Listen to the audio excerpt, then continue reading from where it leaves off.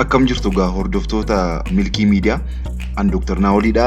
Nagaa fayyaaf jaalalli bakka jirtanitti isinii wajjin haa ta'u gaa isiniin jenna akkuma yeroo hundumaa jechuudha. Baga nagaan gara milkii miidiyaa dhuftanii an Dr. Naawoliidha. Har'a mata duree baay'ee barbaachisaa tokko qabadhee isiniif dhiyaadheen jira. Har'a gaa mata duree maaliin qabadhee dhiyaadhee hordoftoota keenya waa'ee hirqinfuu yookiin immoo hiccups isa jedhamuuti jechuudha. Waa'ee hirqinfuu yookiin hiccups ilaalla jechuudha. Akkaataa inni itti dhufuu fi furmaata isaa ilaalla. Milkii miidiyaa yookiin immoo Dr. Naawol official jechuudha. Subscribe nu godhaa. Viidiyoota keenya like godhaa. Hiriyoota keessaniif immoo share godhaa. Egaa waan wajjin jirtaniif baay'ee isin galateeffanna hordoftoota keenya. Dr. Naawoliidha nu waliin tura. Jalqabnee irra gaa hordoftoota keenya. Egaa akkuma isinitti himne hiccups yookiin immoo hirqinfuu baay'ee beekamaa jechuudha hordoftoota keenya. Baay'ee beekamaadha hiccups yookiin hirqinfuun. Namni wanti kun hin mudanne jira jechuun hin danda'amu jechuudha hordoftoota keenya. Hiccups yookiin immoo hirqinfuun darbee yeroo muraasaaf daqiiqaawwaniif yookiin immoo sa'aatiiwwan muraasaaf yoo ta'e normaaliidha jennee akka normaalitti ilaaluu dandeenya jechuudha. Rakkoon qabu jechuudha. Rakkoo fayyaati jechuu dandeenya jechuudha. Kan yeroo gabaabaadhaa fi daqiiqaawwaniif yoo dheerate immoo sa'aatiiwwanii fi yeroo intervaalii garaagaraati intervaalii dhedheeraan kan dhufu yoo ta'e rakkoo fayyaati jechuu miti jechuudha hordoftoota keenya. Garuu immoo hirqinfuun rakkoo fayyaa yeroo inni ta'u jira jechuudha. Fakkeenyaaf yeroo walitti fufiinsaanii sa'aatii 48 oliif yoo itti fufe akkasumas immoo hirqinfuun kun daddafii intervaalii baay'ee gaggabaabaadhaan yeroo baay'ee deddeebi'ee hamma barame ol yoo kan nama rakkisu ta'e rakkoo fayyaati jechuun hin danda'amu jechuudha hordoftoota keenya. Egaa hiccups yookiin immoo hirqinfuun maalirraa dhufaa ta'e dura jalqabna gaa. Hiccups yookiin immoo hirqinfuun kan inni dhufu kottoonfachuuf diriirfachuu maashaa qaama keenyaa kan diyaafiraam jedhamu kan garaa keenyaaf laphee keenya adda baasuutiin dhufa jechuudha hordoftoota keenya. Isaa wajjin wal qabata jechuudha. Kottoonfachuu fi diriirfachuu maashaa diyaafiraam jedhamu kan maashaan kun kan garaa keenyaa fi laphee keenya adda hiree jirudha jechuudha hordoftoota keenya. Egaa hiccups wanta nama dinqisiisu tokko isinitti himuudhaa fi akka addunyaatti yeroo dheeraa hirqinfachuudhaan riikardiin qabame jira jechuudha. Yeroo dheeraa hirqinfachuudhaan riikardiin qabamee jiru amma har'aatti hordoftoota keenya waan isin ajaa'ibu waggaa 60 jechuudha. 6 decades namni addunyaa kanarratti utuu walirraa hin kutinii waggaa 60 hirqinfatee the longest hiccups jedhamee riikardiin isaa qabamee jira jechuudha hordoftoota keenya. Kun egaa akka oduu ajaa'ibaatti gidduutti isinitti himna gaa. YouTube keenya subscribe godhaa, hiriyoota keessaniif share godhaa, viidiyoota keenya immoo like godhaa gaa. Egaa hordoftoota keenya itti fufnee jirran Dr. Naawoliidha. Egaa akkuma isinitti himne akkaataatti hiccups yookiin immoo hirqinfuun kun dhufu amma dubbannee jira. Egaa normaalii inni ta'e hirqinfuun normaaliin inni darbee intervaalii dhedheeraadhaan dhufu akkamittiin dhufaa yoo jettanii kan inni ittiin dhufu tokkoffaan fakkeenyaaf nama alkoolii baay'ee dhuge acutely alkoolii baay'ee dhuge yookiin immoo tamboo baay'ee aarse ta'uu danda'a. Yookiin immoo gastric distension isa jedhamu garaan keenya qilleensaan gaafa bukoko jechuudha. Fakkeenyaaf nyaata daddafnee nyaachuudhaaf yeroo nyaata ariifannee hojii wayita ta'uu yookiin immoo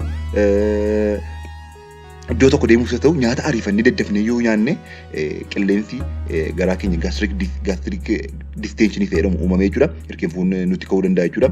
Kan biraan immoo utuu nyaata nyaannu haasa'uudhaaf yeroo yaallu si'a tokko hirqinfuun uumamuu danda'a jechuudha. Hirqinfuun akkasii ofiima isaanii self limitingidhaan hin badaa hin dhaabbataa wal'aansa hin barbaachisu jechuudha hordoftoota keenya. Egaa wanti guddaan inni nun har'a ilaaluu dhimmi meen ishuun keenya inni nun har'a ilaaluu barbaannu maal jechuudha hordoftoota keenya. Hirqinfuusaa rakkoo fayyaa yookiin immoo medical problemii ta'e jechuudha. Hirqinfuun rakkoo fayyaa yookiin immoo medical problemii ta'e isa kamiidha isa jedhuudha har'a jalqabna hordoftoota keenya. Hirqinfuun rakkoo fayyaa yookiin immoo medical problemii ta'e hirqinfuusa walitti fufiinsaanii sa'aatii 48 oliif turuu fi akkasumas immoo baay'ee haala hin baramneen har'aa boree yeroo dheeraadhaaf intervaalii gaggabaabaadhaan kan nurratti mul'atu inni akkasii hirqinfuu medical problem yookiin immoo rakkoo fayyaa ta'eedha jechuudha.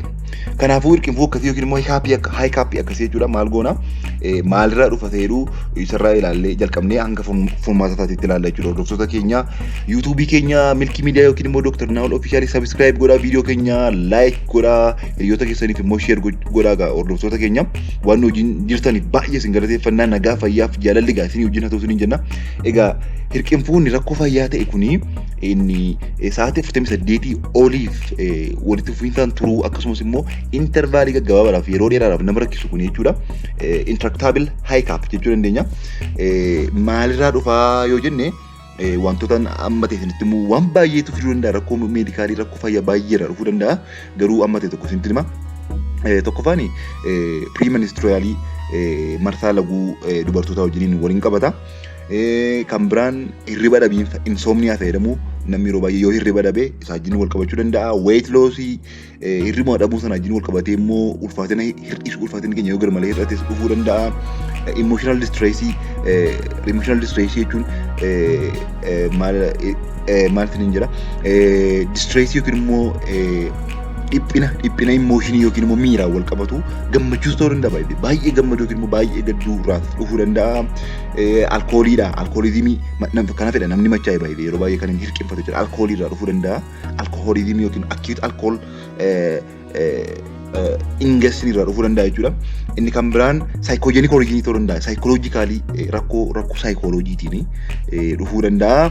Inni kan biraan nama sarjeriin ta'eef surgical history nama sarjeriin keessuma naannoo maashaa ammaatti maashaan diaphragm isiniin jedha sanatti godhame surgical history namni qabu qabaachuu danda'a. Warra namoota drug abuse godhan comprehensive drug history namoonni drug abuse godhanis saaxilamuu danda'u hirqinfuudhaaf yookiin hiccups jechuudha. Inni kan biraan dhibee garaachaa. Dhibeen garaachaa sirriitti fiduu danda'a. Gastroesophageal keessumaa dhibee garaachaa inni gastroesophageal reflux disorder GERD jedhamu sirriitti fiduu danda'a. Inni kan biraan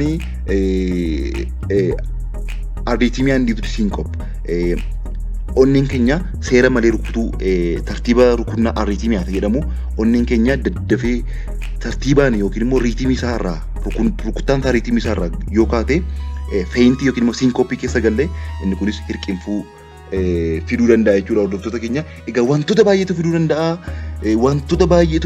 Hordoftoota keenya garuu isaan kuni wantoota beekamoo keessaa tokkodha jechuudha. Egaa akkuma seenatti mee diaphragm maashaa diaphragm jedhamu sana wajjin wal qabatanii jireera. Maashaan diaphragm jedhamu sanarraati immoo keessumaati persentiin 80 isa gara bitaa jiru jechuudha.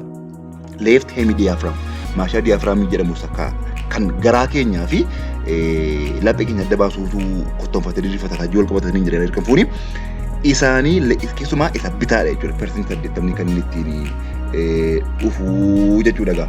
Egaa amma ammaatti kan nuun ilaalle egaa hordoftoota keenya maaloodha? Amma ammaatti kan nuun ilaalle maaloodha? Hirqinfuun akkamittiin dhufaa isa jedhu ilaalla jechuudha hordoftoota keenya. Hirqinfuun inni rakkoo fayyaa ta'eef inni rakkoo fayyaa hin taane immoo isa kamiidha kan jedhu adda baafnee ilaalle jechuudha egaa hordoftoota keenya.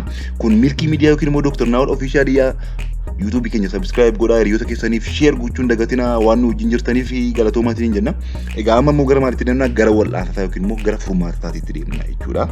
Egaa furmaata isaatti gaafa deemnu by the way namoonni aadaadhaan hirqinfuun yeroo namni maqaa namaa dhoodha kan jedhudha. Dhagaa kan guddanne egaa baay'een keenya namni tokko yoo fagoo taa'ee maqaa namaa dhahee namni hirqinfata jedhu inni kun saayinsiidhaan wanti kanaa jiru wanti dhufu haga ammaatti amma beekutti hin jiru. Garuu wanti tokko jira jechuudha. Hirqinfuun tootaalii kiurii wanti jedhame lafa taa'ame hin jiru. Kiur establish kan godhame kiurii tootaalii kiur jedhamee kan lafa kaa'ame hin jiru.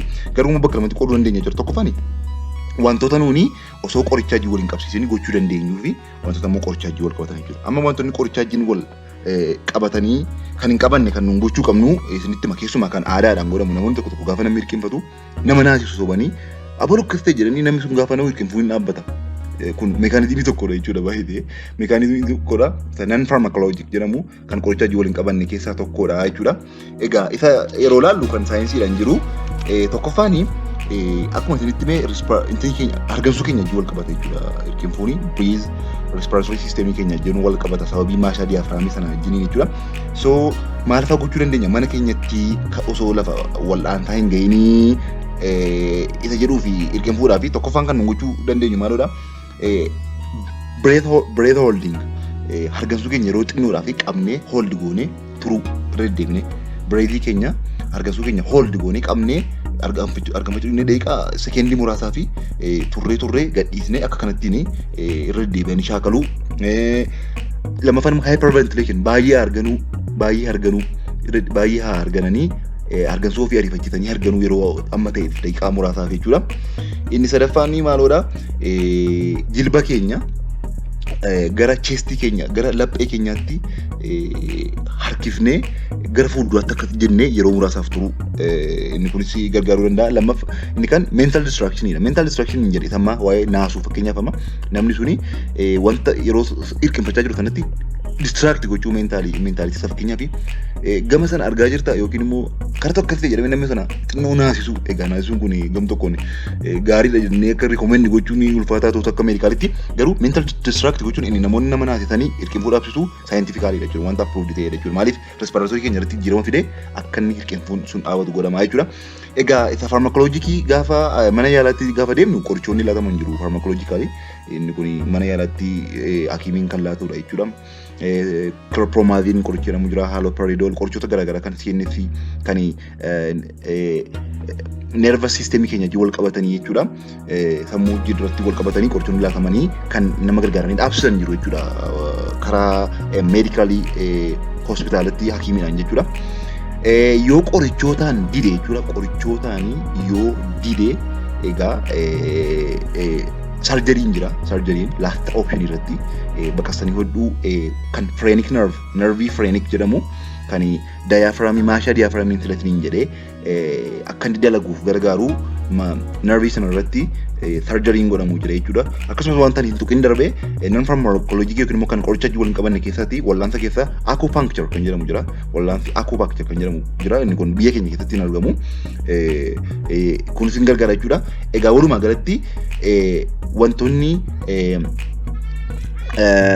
wantoonni hiccups yookiin immoo hirqinfuu isa meedikaalii rakkoo fayyaa ta'e furuuf nu gargaaranii warra lamaanii jechuudha.